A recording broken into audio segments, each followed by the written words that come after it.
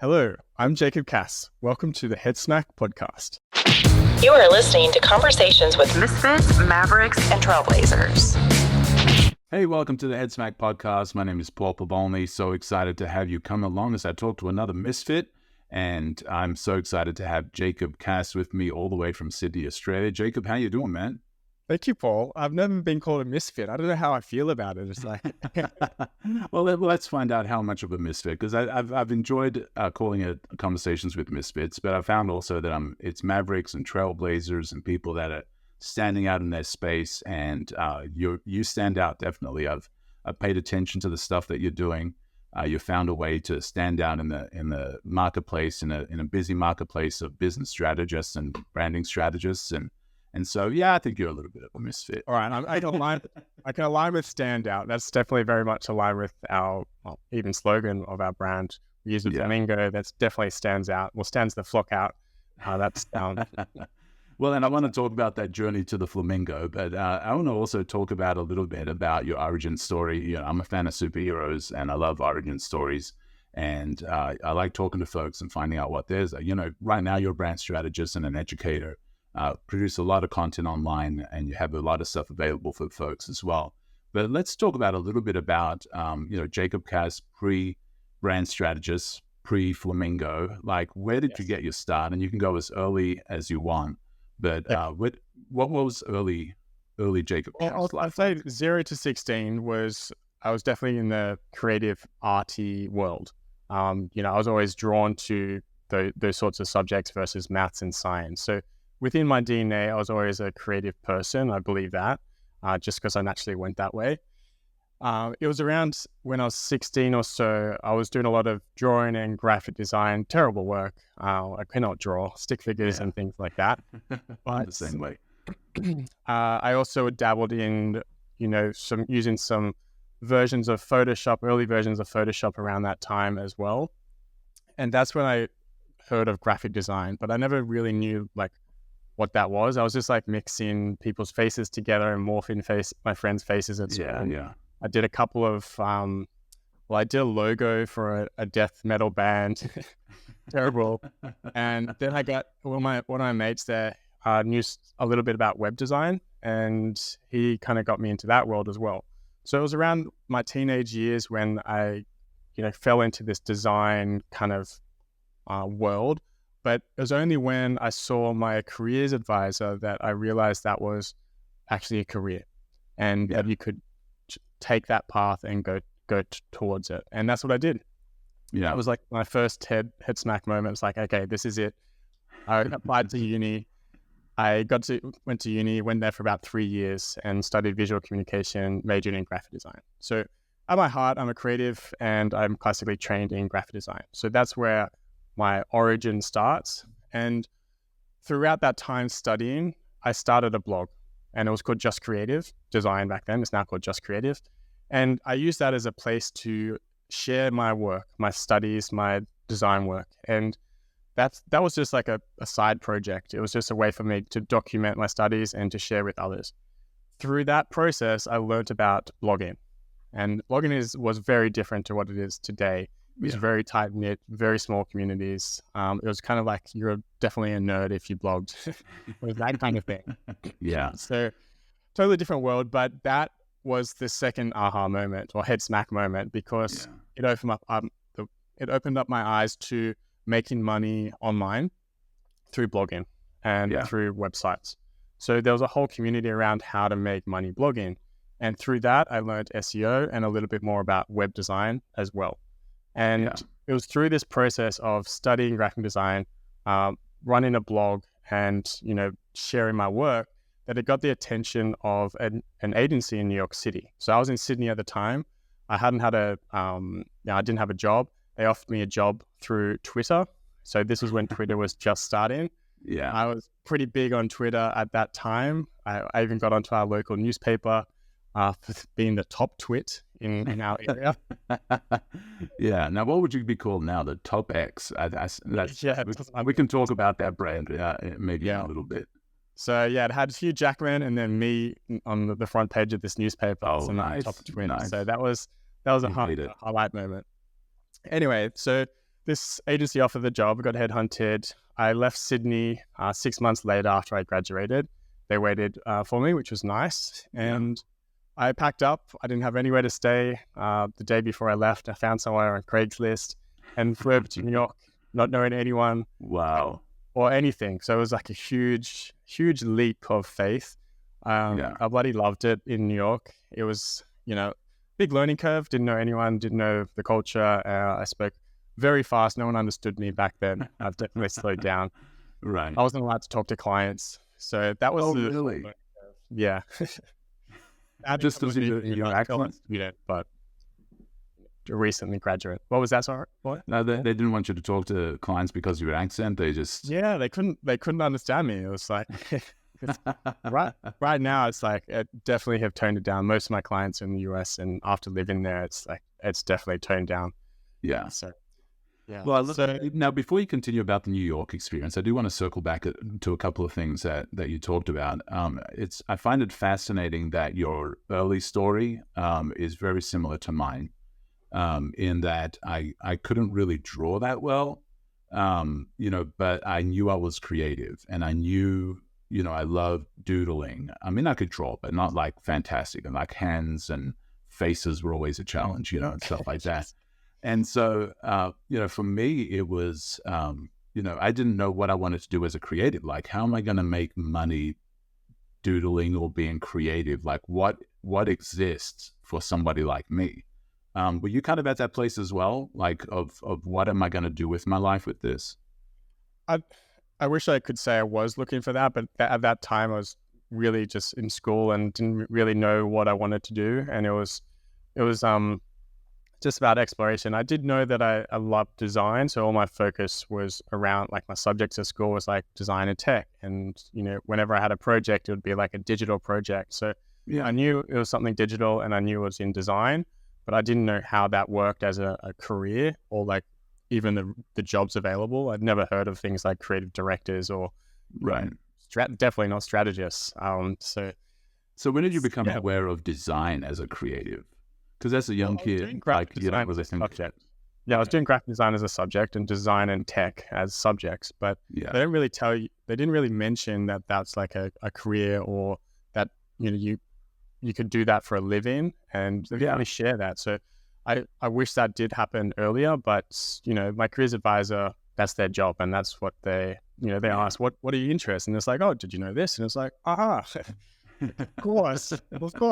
Yeah. For me, it was very similar to that, but I was, I'm a few years older than you, and so for me, it was a very different world when I was, coming up. And so for me, as a creative kid, like, I couldn't draw. Like, I love creativity.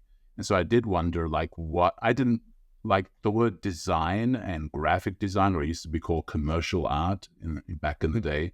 I really didn't know what that meant and what that was all about. And so for me, it was a teacher that introduced me to design. And I'm like, oh, I don't have to be able to draw. I can use other people's drawings, or I can use other people's, imagery and photography, but I can creatively bring it all together. And for me, that was a revelation. And so, that's why I kind of wanted to see if you had a similar moment of that.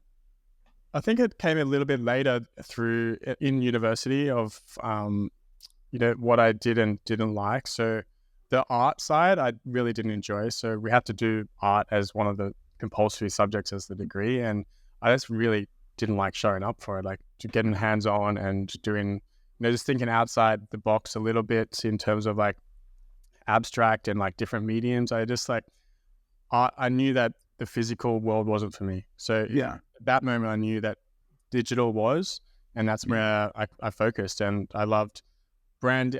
I found out that I loved typography and I loved web and digital. So it's no wonder that I kind of went in that direction and like became a UI UX designer.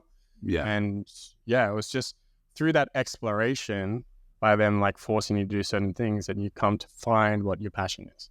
Right. And it's amazing how sometimes the tool appears that brings it all together as well, and it's like, the Photoshop, and I don't like working with my hands. I don't like sketching with charcoals. I don't like figure drawing. I don't like that. But the tool kind of brought about this and me are meant to be together. Totally. Totally. They're the right match. Yeah. And Paul, like I drew a lot. But it was mostly copying things. It was like I'd have every single South Park character drawn on my wall and pasted up. But it was just really about, copying, and it was nothing original. But that kind of just evolved into design, and then Photoshop and Illustrator kind of just bubbled up through school and that time, and that's where I was dabbling. And I did things on the side as a hobby, like creating logos and websites, and that just evolved. A friend was working in web, and he showed me some of the things behind the scenes of Dreamweaver, and so it's like and Flash. Like there was some amazing websites built with Flash back then. They were just like mind-boggling. So those are some of the tools that exposed me to the digital side of design. Yeah, and honestly, I think even the tools for me, I don't think I could have been a designer pre-computer. I don't think my ADD you wouldn't have a choice. Yeah, you wouldn't have a choice. But I think I was born in the right time, because I entered the space just as computers were becoming a part of the space. I used Quark Express, freehand. That was my toolbox. And I was in the transition time where people were still doing the bromide machines and I thought I could not have done design with that. And so you imagine manually typesetting each little letter. Rub down letters, man. Yeah, rub down letters. We had to do those, and I wouldn't be a designer. we helped. Yeah, exactly. And so I it's amazing how sometimes you could also just find your place by finding the tool that can be the catalyst for you generating the creativity and the expression that is within you. That it just works like that.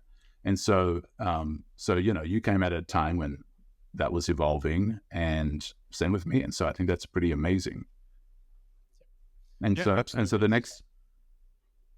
for you, you went to uni, got a job right out of uni, off to New York. What was that like? What was that entering right into the agency space? It was a huge catapult. So I went from a design student to working for brands like Disney, and like I had access to all of Disney's database and like those super high res files that you could like zoom in forever, just so crisp. And that was just like crazy. I was like, how is this real? I'm literally on the other side of the world now, working for these huge brands. So it was like a dream come true. But it came crashing down very quickly after about 6 months. So I lost the job and had to leave the country within 2 weeks. So I actually found a job within those 2 weeks, but you had to submit paperwork, and they submitted wrong twice, which meant I had to leave. So I had to go home to Australia, and I saw a lawyer and figured out some other options, because I wanted to get back. And I wanted to find a different job, but I couldn't, because, when you don't have a sponsor to get back in the country, you can't go over there unless you go as a tourist, but then you can't get work. Anyway, right. I saw a lawyer. I found out that I just happened to qualify for this certain visa that's for recent graduates within 1 year. So I went on this one visa, went back to New York, and went through about 4 different startups and agencies to find the right one. And then I found one, and I stayed with them for another 4 years. So I was in New York for about 5 years, really cut my teeth into the industry, ad agency world. I worked as a UI UX designer for lots of different brands. I made a lot of websites for Nintendo, a lot of gaming websites. Oh, wow. And so that was a really fun side of things. And Jerry Seinfeld was another big project I worked with, his show, Comedians in Cars Getting Coffee. So working on the branded for that and their website, and even we created a custom typeface. So throughout that time, I was also running Just Creative. So I should have mentioned this before. I was working at an ad agency in the digital sector, but at the same time, I was continuing to blog and also run my design business or freelance design business on the side. Yeah. So I was definitely burning the candle at both ends. I was much younger back then, working hard, playing hard in New York. Right. You can do those late nights. Yes, exactly. Late nights, late mornings, everything. And yeah, the point of that is that I was building up the business, and it was a slow growth for my business. I started in 2007. I still run it today, but it was over that time that I learned the industry, but built up my client base, built up my skill set, built up my portfolio. And that's when I left New York. There was an ultimatum around, well, do I go home and renew my visa for 2 years? This was after 5 years. Or do I go traveling? Yeah. I was a huge traveler. Like, I love travel. I was always traveling. Every moment I had, spare moment I had, I was traveling. So I left New York, didn't renew the visa. The plan was to travel for a year around Europe and a few other places. That year turned into 3 years. We went to about 88 countries, did the digital nomad thing. It was crazy. Yeah. It was crazy. Now, did you travel around the United States? Yes, I did the bottom about 25 states, the southern states. Didn't get to the north too much. Did a LA to New York kind of road trip. So it was a huge. Yeah, nice. Yes. And so this whole time you're still running Just Creative. Now, with the blog, had the content changed, or was the blog still pretty much the same kind of content?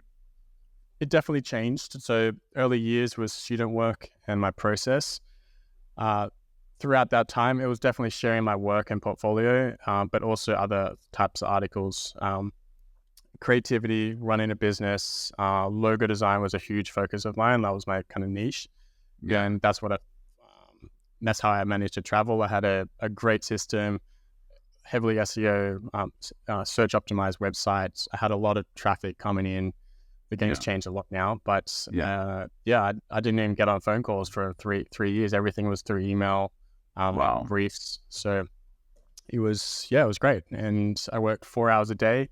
That was our system, 4 hours in the morning, and then did the travel stuff in the afternoon. So it was a really great system. The true digital nomad lifestyle. Yeah. Yeah, it was. It literally was. So I read the 4 Hour Work Week by Tim Ferriss, and that was like another head smack moment. I was like, this is what I'm going to do. It wasn't 4 hours a week, but it was 4 hours a day. So nearly. You had the 4 in there, so that was pretty good. That's more than most people would do. And so what's interesting about designers, and I think now maybe it's it's a little less than maybe it was in the past. The transition from being a designer to strategy, and I know you spend a lot of time in strategy now, and you have resources around it and everything. Well, I'd love to share that at the end, how people can get some of that. But when did that transition happen for you, that went from simply designer to focusing on strategy as well? Was that always a part of how you did stuff? Yes, I think it used to be that we used to do brand strategy, but we didn't really label it brand strategy. It was kind of part of marketing, part of what we did, but we never made it a line item. When did that transition happen for you? Yeah, so I'll explain how I did do things and how it evolved. So throughout that travel time, I had a questionnaire on the site, and I focused mainly on logos and a little bit of identity, maybe the visual identity, not the whole brand identity. And it was questionnaires, and it was basically you got the client to fill in the data. So there was no real research or thinking going into it. It's like, hey, who's your target audience? What personality should this evoke? Who are your competitors? And you'd use that data set and go and create the logo or visual identity. So that's how I did things. I didn't even get on a call. So terrible how to do it. In hindsight, that's so bad, and I probably lost so much business because of that, extended business. Yeah. But a lot of people still do that. That's the interesting thing, is for a lot of immature or novice or new designers, that's pretty much their process still. And so I love that you're sharing that. And so continue it with how it evolved. Yep. So that is, and I'll touch on that too. So went from the questionnaire to then learning about sales and business and talking to customers and asking them a lot of questions to get to the root cause of what they're trying to do. Why do you need a logo? Who are you trying to target? What makes you different? How are we going to position our brand? What's our message? What's our story? What are we trying to evoke here? And those sorts of questions, when you talk to them, you realize that most clients don't necessarily always know those answers. And that's when, something clicked. It was like, well, I need to help them with this. And then this idea of brand strategy came along, which I don't know when it was, maybe 2019 or 18. It started getting a little bit more popular, at least online. And I transitioned from doing maybe logo and visual identity work to more brand identity. So get a little bit deeper into the messaging, the storytelling, and the personality and the voice of the brand. And then a little bit later, I deep dove into brand strategy. I took like 1,000 different courses, and I loved it. And I was like, I thought I knew brand, but I didn't know shit. I was just scratching the surface on doing logos and identity, which I loved, and that was my passion, which was fine for the time. But then eventually you grow out of it. It's like, well, am I going to keep doing this forever? Like, how can I provide more value? How can I up my rates? How can I, get to the next level? And brand strategy was the way. And I was excited about that. I just talked to so many different people, learned the ropes, and I love the cross section of business, marketing, design, and problem solving, and this wide set of skills that you have to help businesses thrive. And that's my approach now. It's I get on the phone, I have hour-long conversations with my clients to understand their business, who their customer is, the category, how we should actually position them. What are we trying to, what message are we trying to send? So those are the conversations I have now, much deeper, much longer processes, much more value and greater success. So, and for the person that fully doesn't understand what brand strategy is, in their mind, you're talking about marketing, right? Well, it's no, it's actually different. So how do you, if somebody isn't sure why they need brand strategy, they think they're doing brand strategy, but they're probably doing marketing, how would you separate the two, and how would you explain it to the client? Yeah. Most often clients, they'll come in saying, I need a logo or I need a website. And it's like they're going through a checklist of things they need. But when you ask them certain questions about the things I just mentioned, like their customer or their category, or, even their company, like deeper questions around their company, often they draw a blank. And then you ask, well, why should a customer choose you? There's so many other options out there, and it's like just blank. So that's like, okay, well, you need some strategy here. Like, how are we going to create a logo or website if we don't know these things? And then it clicks. So you don't actually have to just say we're doing strategy. It's like you ask questions and they come to that realization themselves. Right. And that's how the whole sales process works, really. It's like, well, if you ask the right questions, they identify the problem, and then you can put a solution in front of them. It's like, well, you're here now and you want to get over here. This is what we have to do. Yeah. And that they get it. You're not selling, you're helping them get them from A to B. And that's how I see it. That's how I think about brand strategy. Yeah.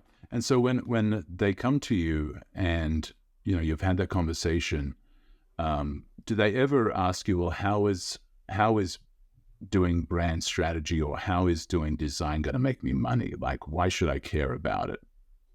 Do they ever ask you to pitch them or sell them on value? I'll ask the question, what's the cost of not doing this? Yeah. So let's say we don't know all of those things. What's that going to cost you? How many lost customers are you going to have over the next X years? And then they're like, okay, I get it. Yeah. It's simple. It's simple.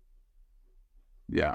And so with the designer that is, they're just starting off. They realize they're creative. They realize that branding and design and doing all that is important.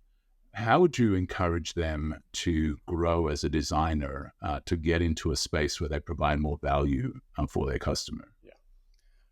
You don't have to be a brand strategist, but you can become more strategic. And by that, I mean, you can understand how those mechanics work, how brand strategy works, but you don't have to go into as much detail as a brand strategist. So I mentioned before about that questionnaire around, asking questions around the personality and, what they want to evoke and their client, their customers and their competitors. You can get that data, but you can do some of your own research and come up with strategic ideas of your own and run it by them without these vast, frameworks and depth that strategists go into. So I do want to make that clear. Like, don't be, burdened by this idea of becoming a strategist. You can do design and you can do a little bit of strategy to help inform your design process. And I do both. I do strategy to design to growth, marketing, and everything in between. So yeah, don't be intimidated by it, but you will definitely become a better designer by knowing those things, and your job will become easier because you'll have less revisions and you'll have less, back and forth with the client, because you have a very strong brief and you know what you're working towards, and it's based on some strategic thinking and some insights. It's going to make your designs better and less work on yourself. You could even do, move into one's concept presentations as well, which is another discussion. Yeah. So let's talk about that. Yeah. So the one concept approach, often, earlier in my career, I'd send like 10 logos as, here's a couple of different type of directions. Here's a couple of logos. Like, pick the best. I was like, that's terrible. Like, you're the expert here. You're meant to be suggesting them what is right. If you have a strong strategic direction in the beginning that you're aligned with, now you have a very strong direction to go after. What attributes should this identity convey? What message are we trying to send here? And if you have that in writing and you agreed upon that, and it's based on some insights, then your work is going to be much more dialed in. So when you present, you can share your thinking, the larger mission, the vision, the values. What is our position? How does that translate to design? So how are we bridging the gap between strategy and design? So the one concept approach, you share your thinking, based on insights with them and conversations and maybe some workshops.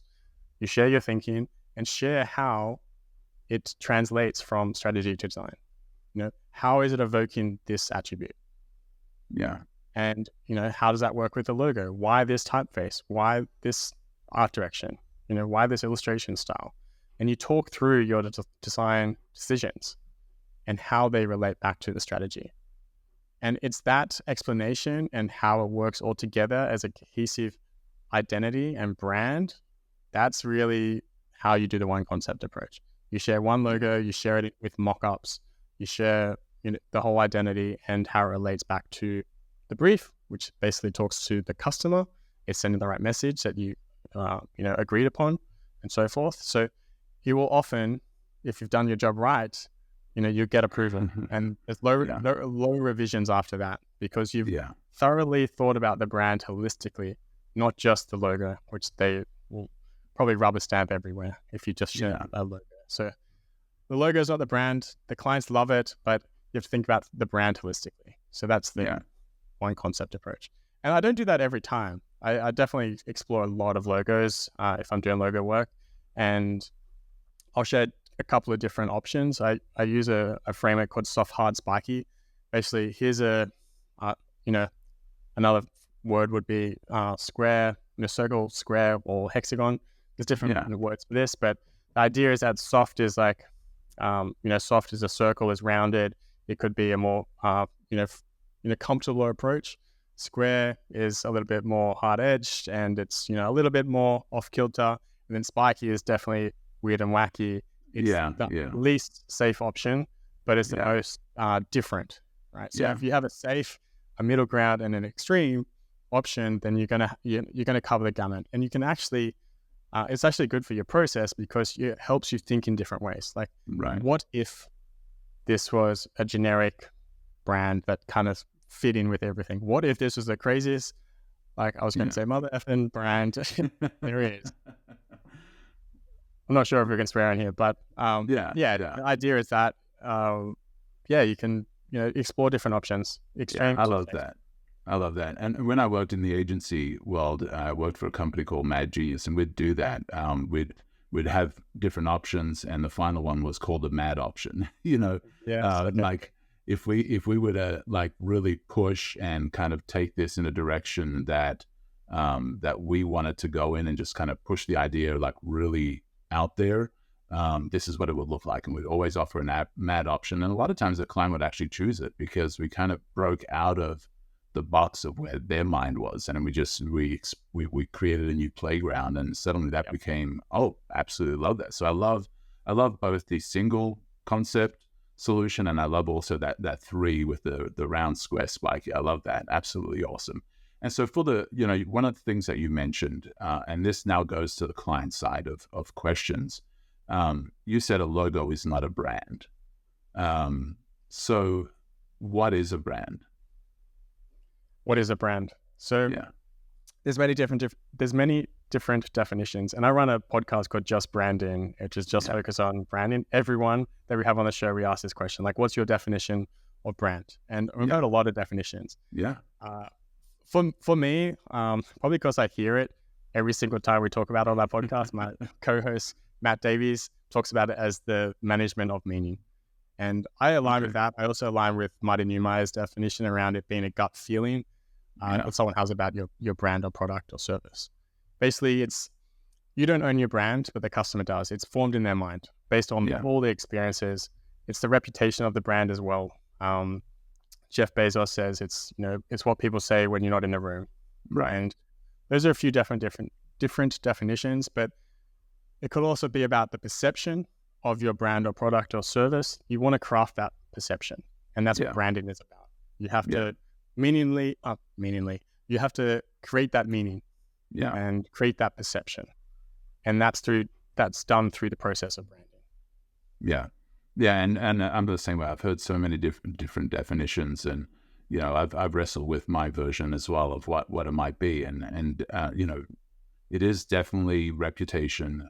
For me, your brand is what people think and feel about what you say and do. It's what that's essentially it. It's what they think and feel about what you say and do. And branding is everything you say and do. I mean, pretty much it is. Because in today's culture and in the exposure that we can get, it's pretty much everything you say and do. It's from their experience on the telephone, on your website, when they walk through the door, when they drive into your parking lot, how you smell, how you look. It's everything you say and do. It's branding in today's culture. And so, people need to be mindful of that when it comes to your brand. And so when they say, I have a brand, well, what do you have? I have a logo. It's like, you have maybe a segment of branding, but you don't have a brand yet. And so, I love what you do, and the stuff that you're sharing is super valuable. So how has your brand evolved? How is my brand involved? What do you mean? From just being creative to where it's at now? Like, did you say evolved? Is that what you said? Evolved, yeah. Oh, evolved. Okay. All right. So how's it evolved? So originally it was called Just Creative Design. I axed the design part, and a couple of years later bought the domain. And that's how it evolved. But I kind of mentioned this before. It went from like a logo design agency to a visual identity agency to a brand identity focused design agency, and then more recently moving into brand strategy, identity, design, marketing, a few websites and so forth. I should mention that a lot of that time I was doing web design work. So in New York, I was a UX UI designer. So I was heavily involved in interactive design and digital products, but I still did a lot of branding projects with my business. So that's how it's evolved. We haven't really talked about the other arm of my business, which was the blog. That has been a huge part of my brand and business for many years. It's been the backbone of our business through getting clients and affiliate revenue. That we grew that into a 7-figure business back a few years ago, and that came crashing down. That's another head smack moment, which we can talk about. Yeah, absolutely. That was, so it's Just Creative has a few arms. It's a brand design agency. It is a community. It is a platform that helps other creatives and entrepreneurs grow their brands. So there's a branding podcast attached to it. There is did I say community? There's a ton of resources on there. But it's basically split into two sections. One, the blog, which is focused for designers and creatives and techies. And then my brand design agency, which is more focused on entrepreneurs and business owners. So I serve two audiences, creatives and entrepreneurs. Sometimes they cross over, but that's my target audience. And I don't think that's necessarily changed over the years. It's been both a blessing and a curse because I have two audiences, but it's allowed me to, have my hand in different pies and do different things. And I love variety, and that's my rant. So yeah. Now, where you want to take that?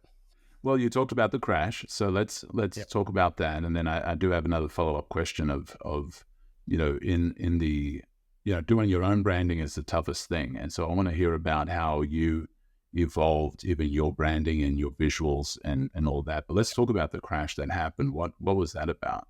Yeah. Before I talk about the crash, I'll talk about the rise, because what it is. So the blog Just Creative it's a blog for designers and creatives, and back in around 2018, I started making some money through Amazon affiliate marketing. I dabbled in it a little bit. Like, I registered my Amazon affiliate account like 2012, but for like, I don't know, 8 years, it was like earning cents. So I didn't really know much about affiliate marketing, but I eventually had a few posts on our site get a lot of traction through search. And I was like, well, how is this post making hundreds of dollars? Why is this? And I kind of researched and learned some of the keywords and what was making that particular post rank well and convert well. And by reverse engineering that post, I scaled up, and I'm going to hire a few writers to write similar posts and see how it works out. And it worked out. And I kept doing it. From 2018 to 2020, I hired a bunch of different writers, maybe 4 writers, and kept doing it. And then in 2020 to 22, I scaled out to about 10 people around the world, and we're pumping out at the peak probably like 20 articles a week. So it was a lot of content, and whatever we posted, like 70% of it would convert and rank well. So we had a lot of clout with Google because we had a lot of links back to our site because we had been around since 2007. So naturally our site was ranking. And really still serving the creative community, right? Yes, still serving the creative community. Yeah. So what affiliate marketing is, just, I didn't mention this, is if you share a link, someone clicks on the link and buys something, I get a cut of that. So I had a post, let's say best laptops for designers. Someone comes to my page, clicks on the best laptop that we recommend for, let's say, travel. They go to Amazon and buy it. I'll get like a commission, maybe like $50 from a $3,000 laptop. Yeah. So the interesting thing about Amazon is if you click a link through Amazon and they buy the laptop, but then they go and buy a diamond ring in the same purchase, you're going to get a commission on that whole cart. So you're doing this at scale. You can actually get quite a good commission from Amazon. So we did this at scale. We had hundreds, maybe thousands of articles, all different tech-related articles. And it went really well. We branched out into tech. We went into fonts. We went into like Procreate resources, everything for designers and creators, and things were ranking well. And we grew to like 1 million page views a month. And that was our peak over about 2 years. We went from 200,000 a month, which is pretty good. And then 2 years later, like 1 million a month. And that didn't last too long.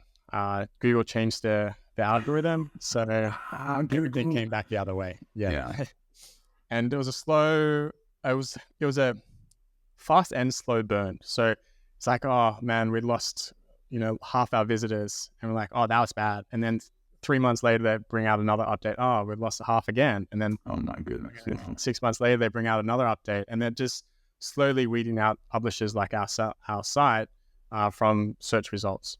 And I get the reasons why. There's definitely debate around is it for the better for the user? They're prioritizing ad revenue and certain big publishers instead of smaller publishers. We won't get into that, but the point is there was a huge rise. We was growing so well.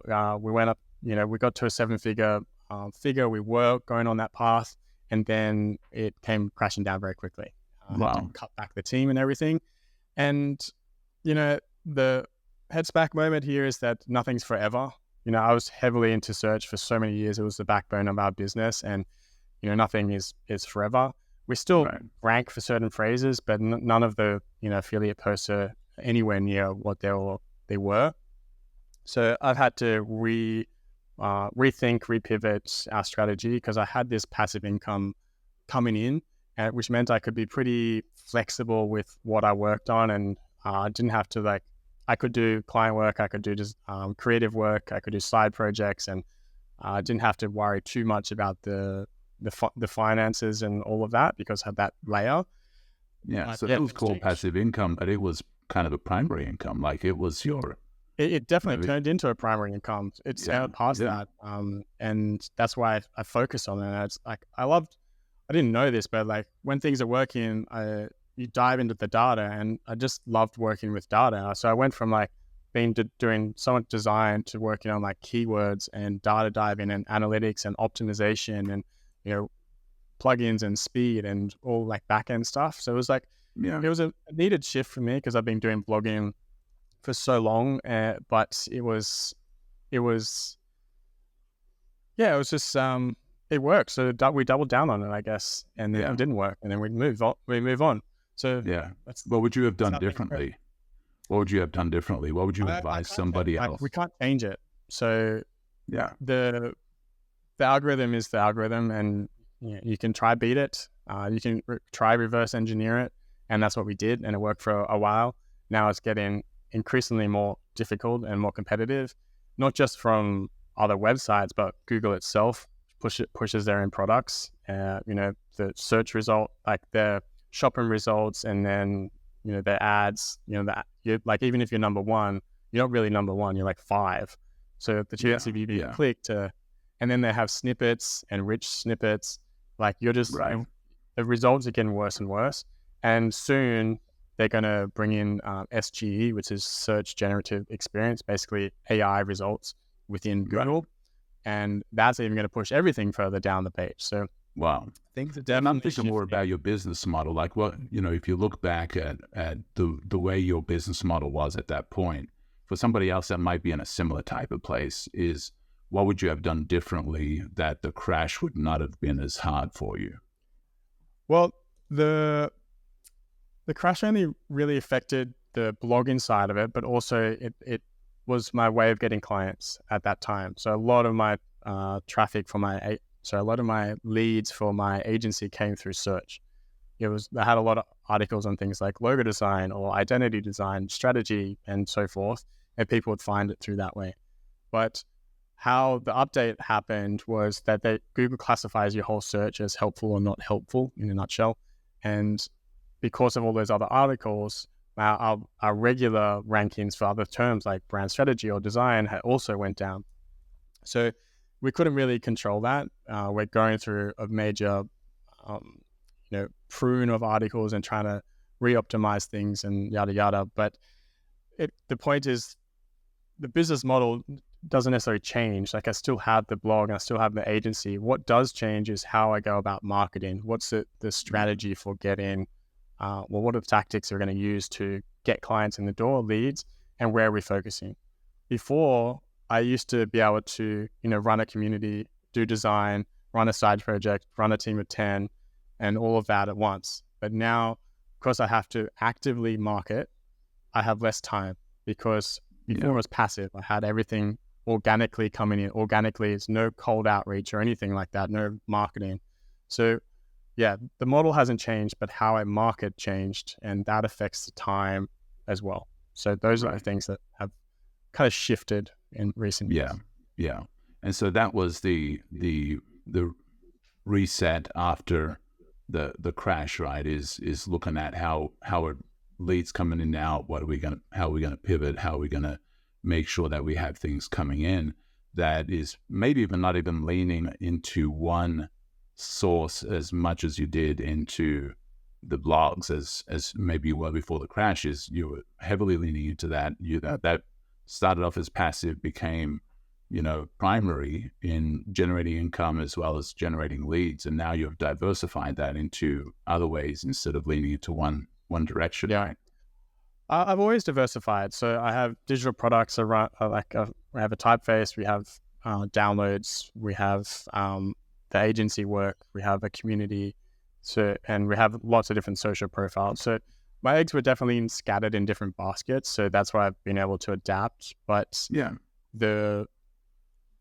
Yeah, it's the marketing side that has really been affected. So changing up where rather than search, I went more into LinkedIn, for example, this year, and Yeah. focused there, and that worked. And I also reworked on my branding when it was a bit of a quieter period, like Christmas Jam. It's like naturally quieter, so I reworked my brand and refreshed it, launched that, got the attention of a few people on LinkedIn, and I got a few clients from that. So Yeah. it was just like this kind of ebb and flow of our lifestyle as creatives and designers.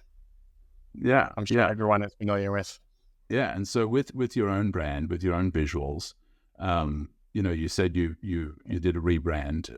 What was that like? Where were you, and what did you either add, take away, or augment, or make better? Yeah, I wouldn't go as far as saying rebrand. It was more of a refreshed identity. So Yeah. what I mean by that is we updated some of the typefaces to be bigger, bolder. We added 2 new typefaces, and we doubled down on this flamingo idea. And where did that come from? Yeah, so pink has always been a part of our brand since 2007. It's definitely stood out in the marketplace, especially back then. There was no other, especially male graphic designer in the creative digital space, using pink. So it stood out, white and pink. The flamingo idea came probably about five years ago. I did a pro bono project for my mate's gym, and they had this huge mural on the wall of a lion. So for me, like, the project was creating like different slogans and messaging for their gym to go around the walls, and the theme. So there was like the den, and there was like claw marks, and there was right. Yeah. be fearless, be courageous, like never give up, kind of stuff, like positive messaging. Yeah. And they had this theme, and I was like, man, Just Creative does not have a theme like that, and it has got no legs in terms of like theme like that. And I was like, well, what mascot or animal would represent our brand? And obviously the flamingo came up, not just because it's pink, which works perfectly, but right. They're bold, they're creative, they stand the fuck out, and they represent our brand spirit and of creativity and joy, and it just works so perfectly. So I shared this idea of the flamingo, and I created a poster, a Pantone pink poster of the flamingo, and I hung it up in my wall. And then I shared it on the socials, and it got the attention of a lot of other people. And whenever I was dabbling with a new project of just like experimenting with like AI or anything, I often just use a flamingo because that's what I did, and I shared that. And then I started getting gifts of like flamingo related things, or people taking with photos of like, this reminded me of you. So I've got like undies and socks and shirts and like figurines and like gin, all flamingo related. And nice. It's definitely, it's ingrained in people's heads. Like I get so many photos of like, this reminded of you when I saw the flamingo. So it worked really fucking well. That's the point. So I'm like, how do we double down on this idea? And I wanted to create a mascot that we could use, in our marketing material. And I had to find something that worked. But I went through like using stock. I tried more recently AI. Then I hired someone on Fiverr, and they're all okay. But I'm like, I don't want to really bring this up a notch. And I was just throughout this process, I was sharing this flamingo and this idea. And then someone slid into my DMs, and it's like, we do 3D mascot design. Let's have a chat. And I was like, let's see where this goes. And then I got talking to them. I shared my vision, and we created this animated mascot called Pinky. And we've just nearly finished it now. It looks really awesome. It's this like low poly style, kind of sleek digital looking flamingo. And it now animates. We have this animation of it opening its wings, which tie in with our slogan of Dare to Flare. Yeah. He's got sunglasses on. So he's got this cool attitude, and it's really resonating with people. And we have a few taglines that go along with it, like stand the flock out, dare to flare, flock ordinary, and those sorts of things. So it has a lot of legs, not just the flamingo legs, but the idea backwards, yeah. The idea is there, and that sort of theme is what I was looking for, and we found it, and it's resonated really, really well. And it was a natural progression. Yeah, and that's what branding often is. It's like, things evolve. Some things come into your brand naturally. Others, are fabricated, which is okay as well. Right. And mascots, they're very memorable. Yeah. Yeah. Apart from the product and perhaps a logo, mascots are the most memorable item of a brand. Yeah, and I love that. And you know, for the listeners, you know, of course, we're going to have designers listening to this as well as people that are business owners and things like that. You know, how would you apply, you know, that head smack moment of the mascot creation? How would you apply that to the business owner that is wondering, do I need something like that? Like, why would it benefit me? Like, what would you tell them? Why would it benefit you? Yeah, as Every business for is a different. business owner. Yeah, it's hard to say like if it's going to benefit you or not a mascot. So there's so many different variables. I can't say it's going to work for every business. You have to look at the pros and cons. Like, what's your category? How are other brands standing out? Yeah. You know, are they using a mascot, or you know, is this an opportunity here? Does it make sense for our brand? And Right. the people I see doing it is like they actually stand out and they're memorable. Right. You know, like there's a few people online that are using like a purple monster or like a pigeon or Right. or even if it's a personal brand, you can become a mascot yourself. So I have another mate that he dresses in pink. He's a creative and everything he has is pink. He's got a Yeah. pink hoodie, pink beanie, pink earphones, like pink shoes. Like Yeah. he becomes a mascot. So there's Yeah. different ways about it, but you have to figure out, is it right for your brand? And Right. there's a lot of different variables to consider for that. Yeah. And, Yeah.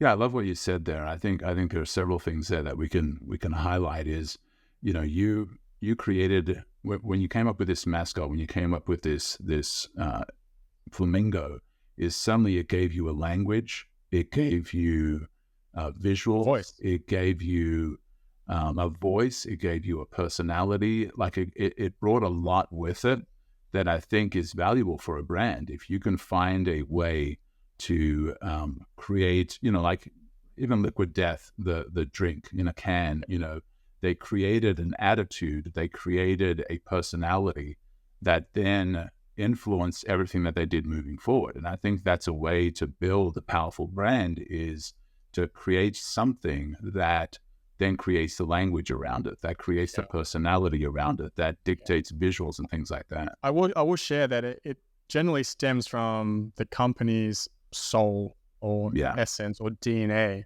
So what do these brands actually stand for, and how are they translating this to, you know, their message and their story?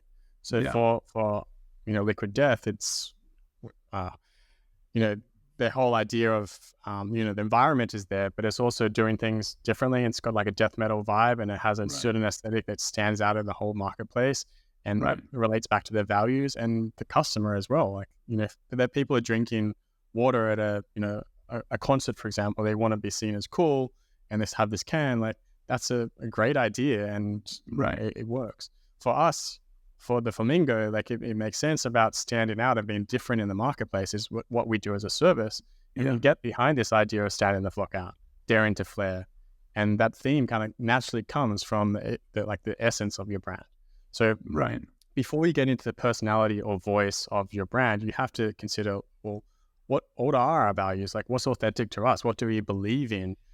And that's going to help dictate the personality and voice of your brand. Yeah. Yeah, that is so good, man. That is so good. Well, man, this has been an amazing conversation, and I appreciate you coming on. If people wanted to get a hold of you, first of all, who do you want to get a hold of you, and how can you help them, and how do they get a hold of you? So I serve two audiences, creatives and designers, and people that want to become more strategic. I also serve business owners and and entrepreneurs, helping them with their strategy and their branding, everything from strategy to design to growth and marketing. That's all done through me at justcreative.com. And I'm interested in connecting with anyone that wants to learn about brand, design, marketing. And I have a ton of resources on my site, as you briefly mentioned before. You can go to brandingbriefcase.com and download it all there for free. There's strategy workbooks, there's logo inspiration ebooks, there's strategic documents, there's sales calls documents to help you with your process. There's so much, like my custom GPTs that I've created for ChatGPT Plus, and That's awesome. It's all free in exchange for your lovely email address, and there's no spam in it. It's pure value. You'll get a lot of value in the world of branding. So that resonates, head over to justcreative.com. Awesome. And if you're a designer, if you're a creative, I definitely recommend you follow Jacob on all the socials, everywhere he's at. Definitely provides a lot of high value. Download that briefcase. Your recent presentation for Adobe Live, I loved it. Your presentation on doing the San Francisco logo was amazing. And just even that, if you're a designer, definitely go check that out, research that out. Jacob shared the whole process of redesigning a logo or designing a logo for a city, San Francisco, and talked about that entire process. And so if you're a designer, whether you're a mature designer or a startup designer, just joining the market as a creative, definitely go look that up as well. Thank you, Jacob. This has been awesome. I appreciate you being on. Yeah, great questions. And I love to chat about this and connect with others as well. So thank you.